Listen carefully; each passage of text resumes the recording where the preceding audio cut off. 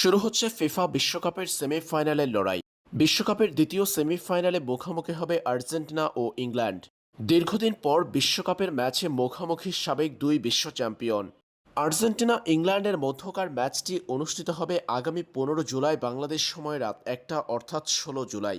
এবারের বিশ্বকাপের পুরো আসর জুড়ে বিভিন্ন ম্যাচের রেফারির বিতর্কিত সব সিদ্ধান্ত নিয়ে সমালোচনার ঝড় বয়ে গেছে ফিফার বিরুদ্ধে। বিভিন্ন ম্যাচে রেফারির এক বিতর্কিত সিদ্ধান্ত পরিবর্তন করে দিয়েছিল ম্যাচের ফলাফল। এ নিয়ে সমালোচনার মুখে পড়েছিল ফিফা। বিশেষ করে আর্জেন্টিনার বেশ কয়েকটি ম্যাচে দেখা গিয়েছিল রেফারিকে নিয়ে সমালোচনা। স্বাভাবিকভাবেই তাই সেমিফাইনালে ইংল্যান্ডের বিপক্ষে আর্জেন্টিনার ম্যাচে রেফারি হিসাবে কাকে দেখা যাবে সেটা নিয়ে প্রশ্ন তো থাকছেই। সেই প্রশ্নের উত্তর জানা গেল এবার। নির্ধারিত সময়ে ফিফা জানিয়ে দিল আর্জেন্টিনা ইংল্যান্ডের মধ্যকার বিশ্বকাপের সেমিফাইনাল ম্যাচের রেফারির নাম। সেখানেই উঠে এলো ভয়ঙ্কর তথ্য।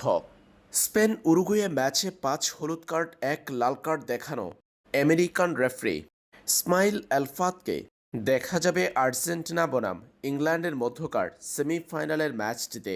আর্জেন্টিনা ইংল্যান্ডের ম্যাচে ইসমাইল এলফাতকে দেখা যাবে রেফারি হিসাবে। এছাড়াও দুই অ্যাসিস্ট্যান্ট রেফারিও আমেরিকান, করি পার্কের ও কেইলি অ্যাটকিন্স। চতুর্থ অফিসিয়াল এবং রিজার্ভ অ্যাসিস্ট্যান্ট রেফারি মেক্সিকান। এই দুইজন হলেন মাউরিজিও মারিয়ানি এবং দানিয়েল বিন্ডোনি।